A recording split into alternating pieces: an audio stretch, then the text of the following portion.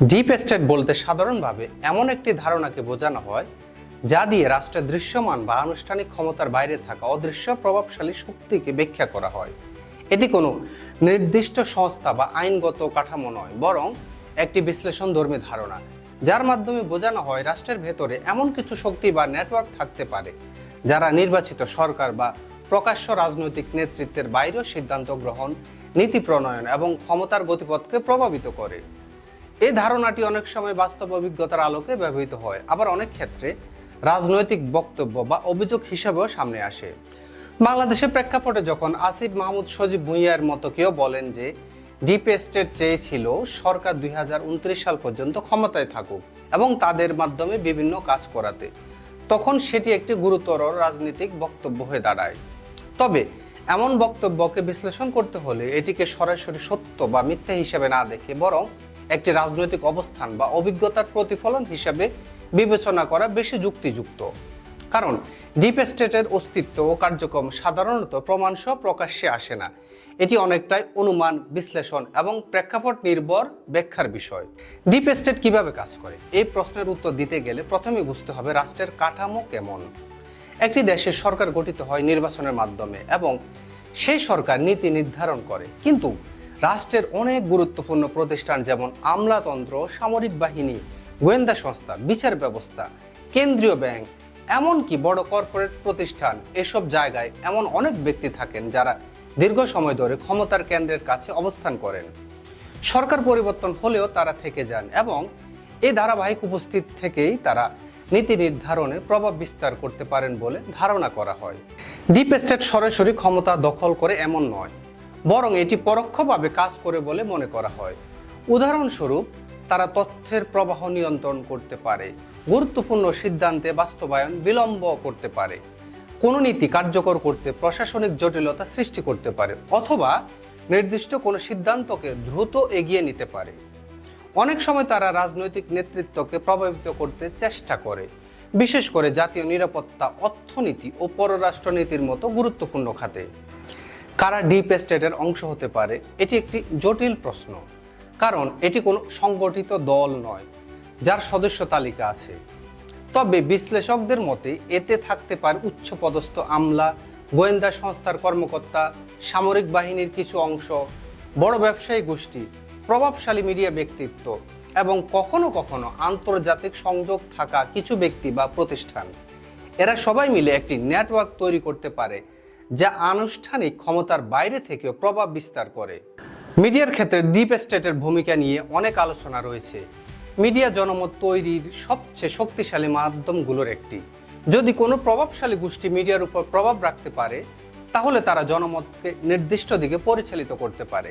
যেমন কোনো খবরকে গুরুত্ব দেওয়া হবে, কোন বিষয়কে আড়াল করা হবে বা কোন ঘটনার ব্যাখ্যা কিভাবে দেওয়া হবে, এইসবই মানুষের চিন্তা ও দৃষ্টিভঙ্গিকে প্রভাবিত করে। তবে এটাও মনে রাখতে হবে সব মিডিয়া একইভাবে নিয়ন্ত্রিত হয় না এবং অনেক ক্ষেত্রে স্বাধীন সাংবাদিকতাও শক্তিশালী ভূমিকা পালন করে। প্রশাসনের ক্ষেত্রে ডিপ স্টেট ধারণাটি আরও স্পষ্টভাবে আলোচিত হয়, কারণ আমলাতন্ত্র একটি দেশের সবচেয়ে স্থায়ী কাঠামো। সরকার পরিবর্তন হলেও প্রশাসনের মূল কাঠামো একই থাকে। এ কারণে প্রশাসনের ভিতরে যদি কোনো শক্তিশালী নেটওয়ার্ক তৈরি হয়, তাহলে তারা নীতির বাস্তবায়ন বা বাধা সৃষ্টি দুই করতে পারে। উদাহরণস্বরূপ, কোনো সরকার একটি সংস্কারমূলক পদক্ষেপ নিতে চাইলে প্রশাসনের একটি অংশ সেটিকে ধীর করে দিতে পারে, আবার কোনো সিদ্ধান্ত দ্রুত বাস্তবায়ন করতেও ভূমিকা রাখতে পারে। আইন ও বিচার ব্যবস্থার ক্ষেত্রে ডিপ স্টেটের সম্ভাব্য প্রভাব নিয়ে আলোচনা খুবই সংবেদনশীল। বিচার ব্যবস্থা একটি রাষ্ট্রের ন্যায় বিচারের ভিত্তি এবং এই স্বাধীনতা অত্যন্ত গুরুত্বপূর্ণ।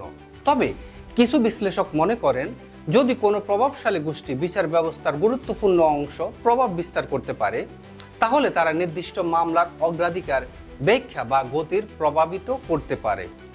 যদিও এই ধরনের দাবির ক্ষেত্রে সতর্ক থাকা প্রয়োজন, কারণ এটি সহজেই রাজনৈতিক অভিযোগে পরিণত হতে পারে। প্রতিরক্ষা ও নিরাপত্তা খাতে ডিপ স্টেট ধারণাটি সবচেয়ে বেশি আলোচিত হয়, কারণ এই খাতগুলো গোপনীয়তা বেশি থাকে এবং অনেক সিদ্ধান্ত জনসম্মুখে আসে না। সামরিক বাহিনী ও গোয়েন্দা সংস্থার কিছু অংশ যদি দীর্ঘদিন ধরে নির্দিষ্ট নীতি বা স্বার্থ রক্ষা করে, তাহলে তা রাষ্ট্রের সিদ্ধান্ত গ্রহণ প্রক্রিয়ার প্রভাব ফেলতে পারে বলে ধারণা করা হয়। অনেক দেশে ইতিহাসে দেখা যায় সামরিক বাহিনী সরাসরি বা পরোক্ষভাবে রাজনীতিতে প্রভাব বিস্তার করেছে। বাংলাদেশের ক্ষমতা পালাবদলের ক্ষেত্রে আন্তর্জাতিক শক্তিগুলোর ভূমিকা নিয়েও আলোচনা সমালোচনা দুটোই রয়েছে। বিশ্ব রাজনীতিতে বড় শক্তিধর দেশগুলো যেমন যুক্তরাষ্ট্র, চীন, রাশিয়া, ইউরোপীয় ইউনিয়নের দেশগুলো অনেক সময় বিভিন্ন দেশের অভ্যন্তরীণ রাজনীতিতে পরোক্ষ বিস্তার করে থাকে বলে বিশ্লেষকরা মনে করেন। এটি সরাসরি হস্তক্ষেপের মাধ্যমে নয়, বরং কূটনৈতিক চাপ, আন্তর্জাতিক সহায়তা, বাণিজ্যিক সম্পর্ক বা আন্তর্জাতিক সংস্থার মাধ্যমে প্রভাব বিস্তার করা হয়।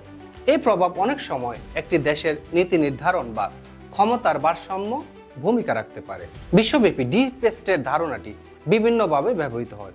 যুক্তরাষ্ট্রে এটি অনেক সময় প্রশাসনের অভ্যন্তরীণ বিরোধ বোঝাতে ব্যবহৃত হয়, আবার তুরস্কে এটি একসময় সামরিক ও বেসামরিক শক্তির জটিল সম্পর্ক বোঝাতে ব্যবহৃত হয়েছিল।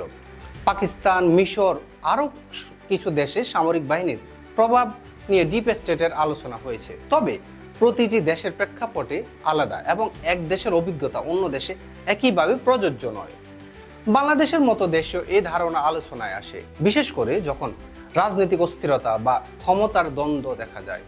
তবে এখানে একটি গুরুত্বপূর্ণ বিষয় হলো, ডিপ স্টেট ধারণাটি সব সময় প্রমাণযোগ্য নয়। অনেক সময় এটি একটি ব্যাখ্যা যা দিয়ে জটিল রাজনৈতিক বাস্তবতাকে বোঝানোর চেষ্টা করা হয়। আবার কখনো এটি রাজনৈতিক কৌশল হিসেবেও ব্যবহৃত হতে পারে, যেখানে একটি পক্ষ অন্য পক্ষকে অদৃশ্য শক্তির সঙ্গে যুক্ত বলে অভিযোগ করা হয়। অন্য দেশেও কি ডিপ স্টেট একইভাবে কাজ করে?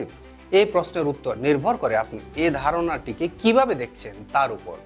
যদি এটিকে একটি বিশ্লেষণাত্মক কাঠামো হিসেবে দেখা হয়, তাহলে বলা যায় যে প্রায় সব দেশে কিছু স্থায়ী ক্ষমতার কেন্দ্র থাকে যা নির্বাচিত সরকারের বাইরে থেকেও প্রভাব বিস্তার করতে পারে।